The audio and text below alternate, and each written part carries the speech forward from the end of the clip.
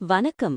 பைபிளை முழுவதுமாக வாசிக்கும் நம் லட்சிய பயணத்திற்கு உங்களை அன்புடன் வரவேற்கிறேன். இன்று நாம் 2 சாமுவேல் 4வது அதிகாரத்தை வாசிக்க இருக்கிறோம். இதுவரை நம் மொத்த நூல்களில் 22.7% நூல்களை வாசித்து முடித்துவிட்டோம். இன்னும் சில நூல்களை முடித்தால் நம் பயணம் வெற்றிகரமாகும். இன்றைய வாசிப்பின் மூலம் அந்த இலக்கை இன்னும் முன்னோக்கி நகர்த்துவோம். வாங்க தொடங்குவோம். பெகோரில் இஸ்ரயேல் மக்கள். இஸ்ரயேல் சித்திமேல் தங்கியிருந்தபோது மக்கள் மோவாபின் புதல்வியரோடு முறைகேடாக நடக்கத் தொடங்கினர். அவர்கள் தங்கள் தெய்வங்களின் பலிகளில் பங்கேற்க மக்களை அழைத்தனர். மக்கள் உண்டு அவர்கள் தெய்வங்களை பணிந்து வணங்கினர். இங்கனம் இஸ்ரயேல் பாகால் பெகோரை அடிபணிந்தது. எனவே ஆண்டவரின் சினம் இஸ்ரயேலுக்கு எதிராக மூண்டது. ஆண்டவர் மோசேயிடம் மக்களின் தலைவர்கள் அனைவரையும் கொண்டு வந்து பட்டப்பகலில் ஆண்டவர் முன் தூக்கிலிடு, அதனால் ஆண்டவர் கடுஞ்சினம் இஸ்ரயேலை விட்டு நீங்கும் என்று கூறினார்.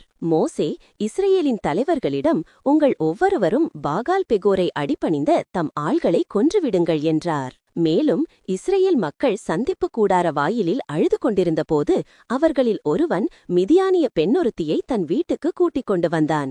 இது மோசேயின் பார்வையிலும் இஸ்ரயேல் மக்கள் கூட்டமைப்பிலுள்ள அனைவர் பார்வையிலும் நடந்தது.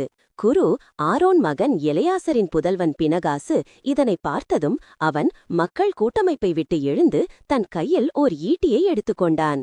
அவன் அந்த இஸ்ரயேல் மனிதனின் பின்னே உள்ளறைக்கு சென்று அந்த இஸ்ரயேல் மனிதனையும் அந்த பெண்ணையும் சேர்த்து அவள் வயிறு வழியே ஊடுருவ குத்தினான். இதனால் இஸ்ரயேல் மக்களிடையே கொள்ளை நோய் அகன்றது. எனினும் அக்கொள்ளை நோயால் இறந்தோர் 24,000 பேர்.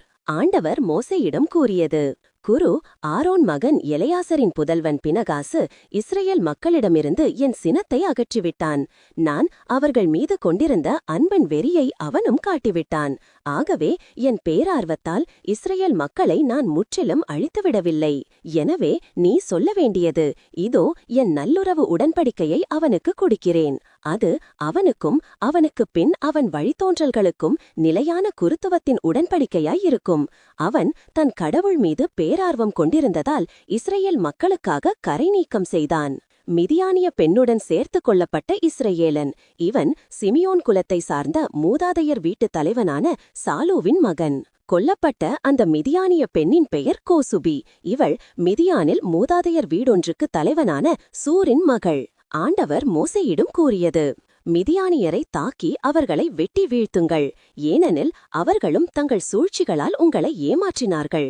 இதனால் பெகோரை முன்னிட்டு மிதியான் தலைவனாகிய அவர்கள் சகோதரி கோசுபியின் காரியத்திலும் அவர்கள் உங்களை கெடுத்துவிட்டார்கள்.